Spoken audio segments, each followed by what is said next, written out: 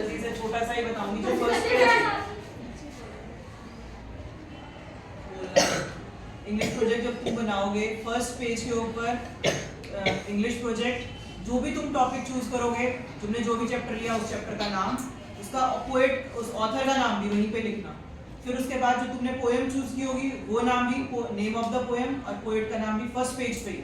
उसको पेजिंग नहीं करनी, उसको प्रोजेक्ट के अंदर उस पेज को, फ्रंट पेज को डेकोरेट करोगे बस, और किसी पेज को डेकोरेशन नहीं करनी, सिर्फ फर्स्ट पेज पे डेकोरेशन जो कर लेना, मार्कर यूज कर लेना तुम्हें जो भी डेकोरेशन करनी है फर्स्ट पेज पे इंग्लिश प्रोजेक्ट, और लास्ट में पेज के एंड में अपना नाम, क्लास, रोल नंबर। ठीक है। सेकंड, अब यहाँ से पेजिंग शुरू होगी। फर्स्ट पेज यहाँ हमारा फर्स्ट पेज पे है एक्नॉलेजमेंट। ठीक है। एक्नॉलेजमेंट में सबको पता है, फॉर्मेट में भेज दूंगी उसका ग्रुप में। एक्नॉलेजमेंट में टीचर का नाम, पहले तो आपका नाम आएगा, फिर टीचर का नाम, प्रिंसिपल का नाम, उसमें बोर्ड्स ऑफ थैंक्स होते हैं, वो वाला एक्नॉलेजमेंट का पेज होगा।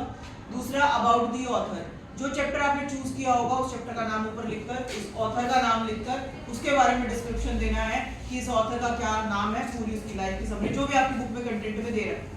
हर चैप्टर के इनिशियली स्टार्टिंग में आपको वहां पे अबाउट दी ऑथर दिया हुआ है। ऐसे ही पोएम में भी अबाउट दी पोएट दिया हुआ है।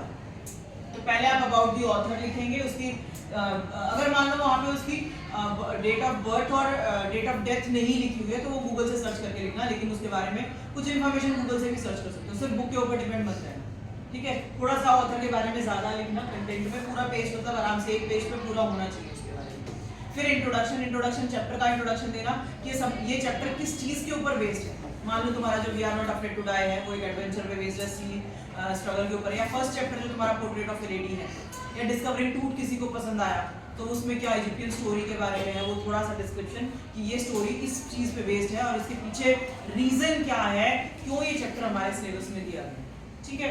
फिर कैरेक्टराइजेशन, कैरेक्टर स्केच में एक चीज ध्यान रखना, हर चैप्टर में एक इंपॉर्टेंट कैरेक्टर है प्रोटैगनिस्ट से कैरेक्टर। प्रोटैगनिस्ट मतलब hero of the story, hero of the chapter. जैसे फर्स्ट चैप्टर है उसमें ग्रैंडमदर प्रोटैगनिस्ट है।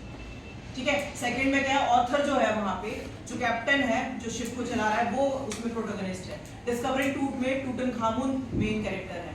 फिर फोर्थ चैप्टर हमारा कौन सा है, डिस्कवरिंग ट्रूथ के बाद हमने अभी कौन सा चैप्टर किया है, द एडवेंचर। ठीक है। उसमें क्या है, प्रोफेसर गंगाधर पंत वो मेन कैरेक्टर है। तो एक कैरेक्टर को आप थोड़ा इलैबोरेट करोगे, उसके बारे में कम से कम 100 to 150 वर्ड्स लिखने हैं, और बाकियों के बारे में एक दो लाइन, जितने भी कैरेक्टर है नाम सबका मेंशन करोगे, लेकिन सिर्फ दो तीन लाइन लिखकर खत्म करना। फिर समरी ऑफ द चैप्टर, हमारा 5th नंबर पेज पे जो आएगा वो summary of the chapter. Summary of the chapter एक या दो पेज पे शिफ्टिंग हो सकती है, जरूरी नहीं है भाई एक ही पेज पे आ जाएगी, दूसरे पेज पे भी आ सकती है। तो कंटिन्यूएशन में वो पेज नंबर 5 का ही पार्ट रहेगा, मतलब जो हमारा 5th पार्ट है वही रहेगा, चाहे समरी 2 पेज में क्यों ना आए। ठीक है। समरी के लिए आप 2 पेज ले सकते हो, कोई बड़ी बात नहीं, किसी चैप्टर की समरी एक में नहीं आएगी। समरी के लिए आप प्रेफर करना सपोर्ट मटेरियल, क्योंकि सपोर्ट मटेरियल में प्रिसाइज दे रखी है, उससे रीजन क्या है कि तुम याद कर पाओगे, उसकी लैंग्वेज इजी, तो सपोर्ट से समरी को लेना। फिर उसके बाद why you choose this chapter for your project, ये सबसे इंपॉर्टेंट क्वेश्चन, मैं ये वाला जरूर पढ़ूंगी कि तुमने इस चैप्टर को ही चूज क्यों किया, क्यों तुम्हें ये चैप्टर अच्छा लगा अपने प्रोजेक्ट बनाने में। ये तुम्हारी खुद की क्रिएटिविटी होगी, ये तुम खुद लिखोगे, तुम्हें कहीं से कॉपी करने के लिए नहीं मिलेगा। इसलिए इस कंटेंट को लिखते हुए थोड़ा ध्यान रखना स्पेलिंग एरर्स का और ग्रामेटिकल एरर्स का, सेंटेंसेस में गलतियां ना हो। उसके बाद 7th पेज पे जब हम आएंगे तो पोएम आ जाएगी, अबाउट द पोएट लिखोगे, लेकिन पहले ऊपर टॉप में पोएम का नाम भी लिखोगे जो आपने चूज की, लिखोगे आपको फर्स्ट पेज पे भी, जहाँ पे जब आप मेन प्रोजेक्ट पेज बनाओगे तो वहाँ पे आप मेंशन तो वहाँ भी करोगे कि आपने कौन सी पोएम और कौन सा चैप्टर चूज किया, लेकिन यहाँ पे जब अबाउट द पोएट लिखोगे तो यहाँ पोएम भी लिखनी है, नाम भी लिखना, ऊपर नाम लिखना और उसके बाद लिखना about the author, about the poet.